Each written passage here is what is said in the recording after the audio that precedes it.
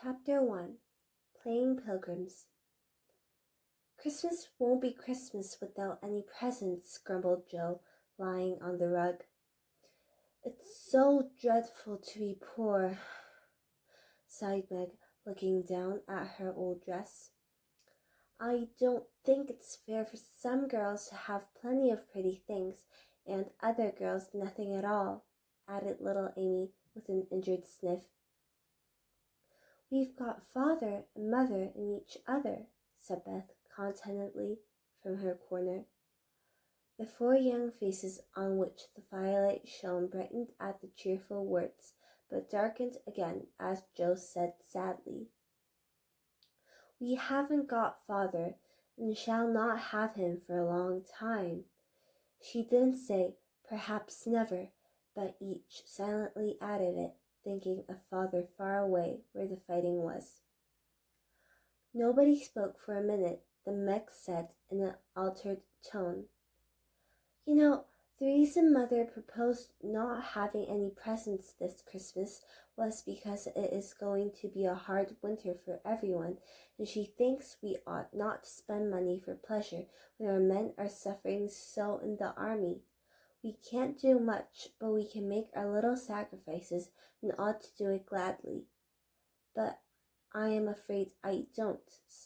And Meg shook her head, and she thought regretfully of all the pretty things she wanted. "But I don't think the little we should spend would do any good. We've each got $1, and the army wouldn't be much helped by our giving that. I agree not to expect anything from Mother or you, but I do want to buy and Sintram for myself.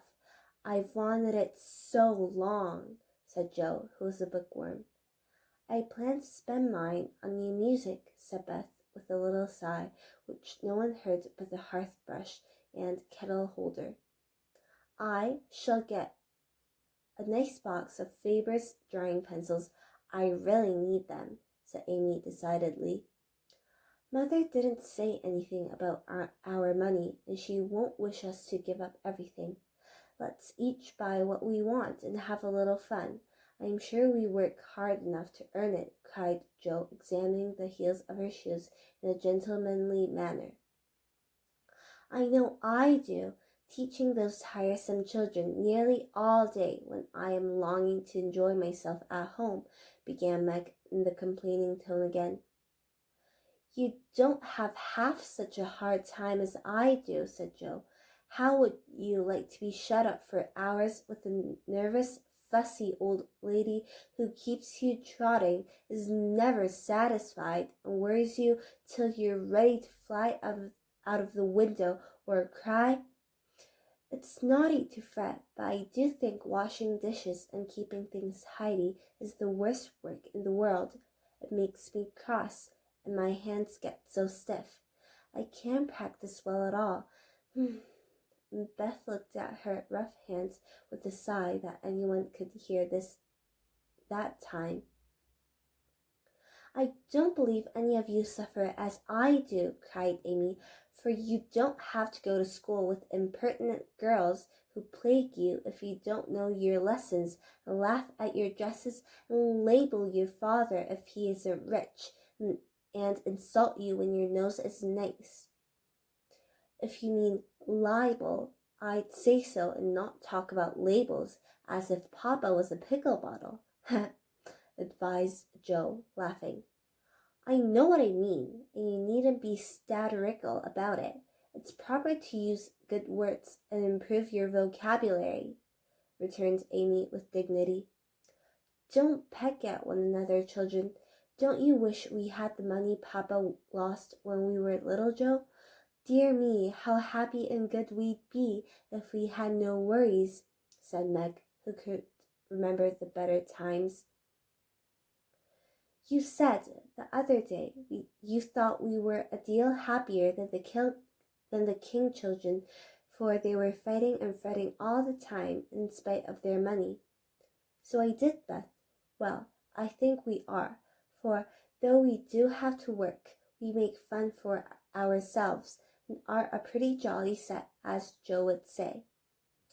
"Joe does use such slang words," observed Amy, with a reproving look at the long figure stretched on the rug.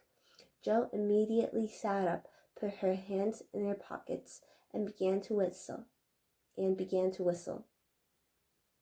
"Don't, Joe, it's so boyish." "That's why I do it. I detest rude, unladylike girls. I hate affected, niminy-piminy chits." "Birds in their little nests agree," sang Beth, the peacemaker, with such a funny face that both sharp voices softened to a laugh, and the pecking ended for that time.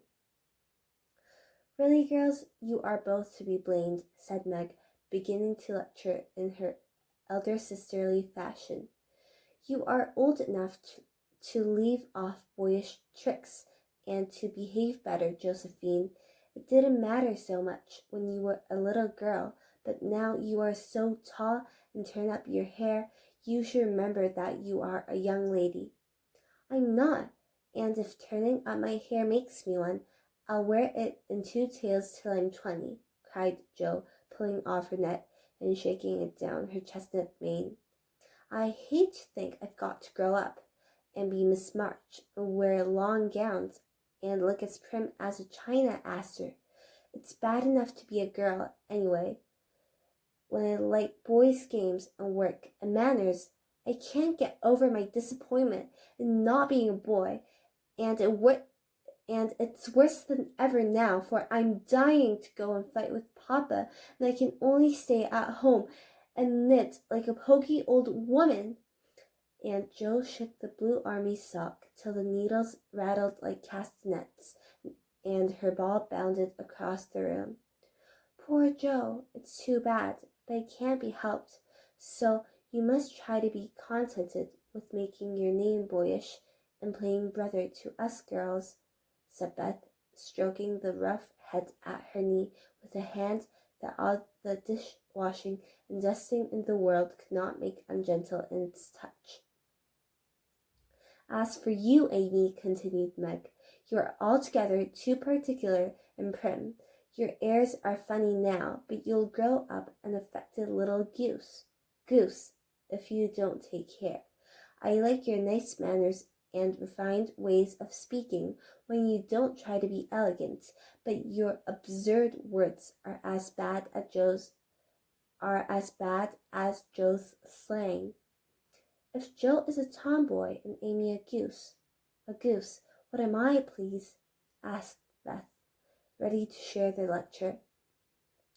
"You're a dear, nothing else," answered Meg warmly, and no one contradicted her, for the mouse was the pet of the family. As young readers like to know how people look, we will take this moment to give them a little sketch of the 4 sisters who sat knitting away in the twilight, while the December snow fell quietly without and the fire crackled cheerfully within. It was a comfortable old room, though the carpet was faded and the furniture very plain, for a good picture or 2 hung on the walls, books filled the recesses, chrysanthemums and Christmas roses bloomed in the windows, and a pleasant atmosphere of home peace pervaded it. Margaret, the eldest of the 4, was 16 and very pretty, being plump and fair, with large eyes, plenty of soft brown hair, and white hands, of which she was rather vain. 15-year-old Jo was very tall, thin, and brown, and reminded one of a colt, for she never seemed to know what to do with her long limbs, which were very much in her way. She had a decided mouth, a comical nose, and sharp gray eyes, which appeared to see everything, and were by turns fierce, funny, or thoughtful. Her long, thick brown hair was her one beauty, but it was usually bundled in a net to be out of her way. Round shoulders had Jo, big hands and feet, a flyaway look to her clothes, and the uncomfortable appearance of a girl who was rapidly shooting up into a woman and didn't like it. Elizabeth, or Beth, as everyone called her, was a rosy, smooth-haired, bright-eyed girl of 13 with a shy manner, a timid voice, and a peaceful expression which was seldom disturbed. Her father called her Little Tranquillity, and the name suited her excellently, for she seemed to live in a happy world of her own, only venturing out to meet the few whom she trusted and loved. Amy, though the youngest, was a most important person, in her own opinion at least, a regular snow maiden with blue eyes and yellow hair curling on her shoulders, pale and slender, and always carrying herself like a young lady mindful of her manners. What the characters of the four sisters were we will leave to be found out.